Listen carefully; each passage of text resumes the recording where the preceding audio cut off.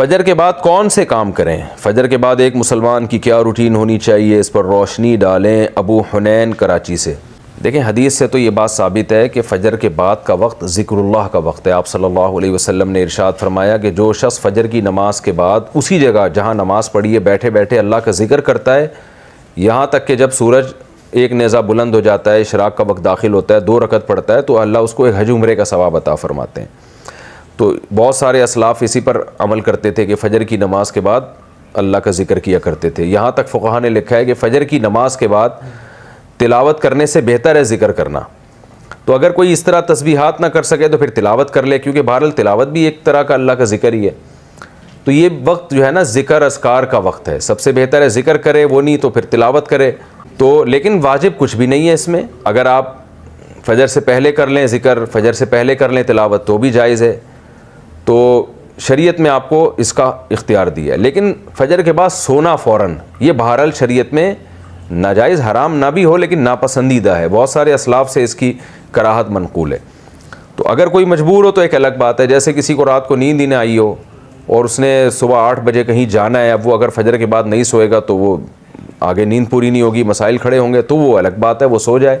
लेकिन नॉर्मली फ़जर के बाद सोने का मामूल बना लेना या बिला ज़रूरत ये काम करना शरीयत में पसंदीदा नहीं है। बहुत सारे असलाफ़ ने इसको नापसंद किया है, क्योंकि मुबारक वक्त है, अल्लाह अल्लाह करने का वक्त है। कुछ नहीं आप करते, एक्सरसाइज कर लें उस वक्त, सुबह वॉक कर लें जाके, अच्छी हवा है, ताज़ा हवा मिलेगी आपको, जॉगिंग कर लें उस वक्त जाके, पूरा दिन आपका अच्छा गुजरेगा।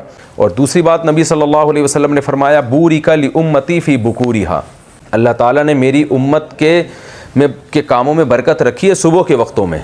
तो जितने भी काम जो सुबह के वक्त में किए जाएँ उसमें अल्लाह ने बरकत बहुत रखी है। तो उसमें एक्सरसाइज भी की जा सकती है, उसमें पढ़ा भी जा सकता है, कारोबार भी किया जा सकता है। लोग कहते हैं हम उस वक्त कारोबार कैसे करें, दुकानें बंद होती हैं।